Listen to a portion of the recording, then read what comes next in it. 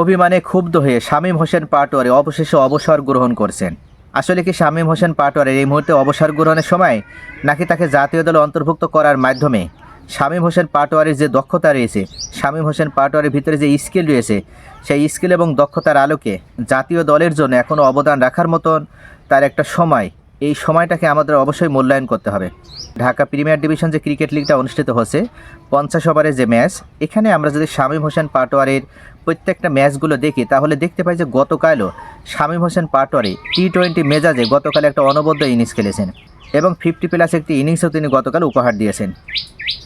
এদিক থেকে তিনি হয়তো সেরা 5 জন ব্যাটসম্যানের ভিতরে নেই যারা সেরা রান সংগ্রাহকের তালিকায় রয়েছে, কিন্তু শামীম হোসেন পাটোয়ারি প্রত্যেকটা ম্যাচে যে একটা ধারাবাহিকভাবে রান করছে এবং লোয়ার অর্ডারে এসে তিনি অল্প বলে বেশি রান করছে বা একসময় বলারদের উপরে ঝড় তুলছেন, এই ভূমিকাটা বাংলাদেশ ক্রিকেট টিমে বা বাংলাদেশ জাতীয় ক্রিকেট টিমে এখনও পর্যন্ত এই ভূমিকা রাখার মতন একজন লোয়ার অর্ডারে কিন্তু এ ধরনের হার্ড হিটার ব্যাটসম্যান নেই। সম্প্রতি বিসিবির পক্ষ থেকে যে 2025 সালে কেন্দ্রীয় চুক্তি যে তালিকা প্রকাশ করা হয়েছে, সেখানে শামীম হোসেন পাটোয়ারি বাদ পড়েছেন। How it is possible? এটা কিভাবে সম্ভব?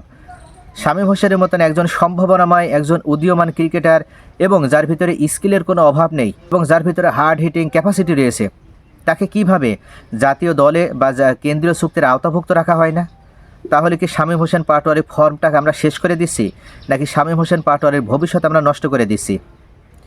ইমরুল কায়েসকে যেভাবে আমরা অবহেলা করে শেষ করে দিয়েছিলাম, তামিম ইকবালকে যেভাবে আমরা অভিমান করতে বাধ্য করেছিলাম, ঠিক একইভাবে কি শামীম হোসেন পাটোয়ারিকেও আমরা এমনইভাবে আস্থা করে ফেলে দিচ্ছি, অর্থাৎ তাকেও কি আমরা ব্যাকফুটে যেতে বাধ্য করছি? আমাদের যে ক্রিকেট বোর্ড রয়েছে, বাংলাদেশ ক্রিকেট যে বোর্ড রয়েছে, এই বিসিবিকে অবশ্যই এই বিষয়টা চিন্তাভাবনা করতে হবে এবং অবশ্যই এই বিষয়ে ভাবতে হবে যে কোনো একজন সম্ভাবনাময় ক্রিকেটারকে আমরা অল্পতেই ঝরে যেতে দিতে পারি না।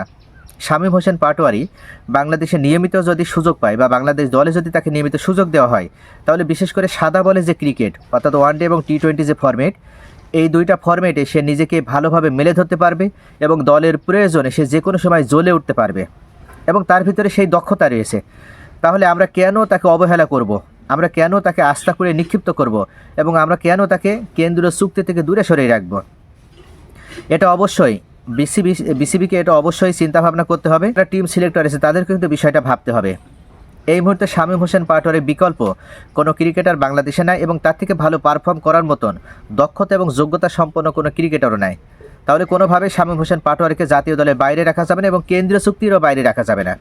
যত দ্রুত সম্ভব কেন্দ্রীয় চুক্তিটাকে রিফর্ম করে সেখানে শামীম হোসেন পাটোয়ারির নাম অন্তর্ভুক্ত করতে হবে।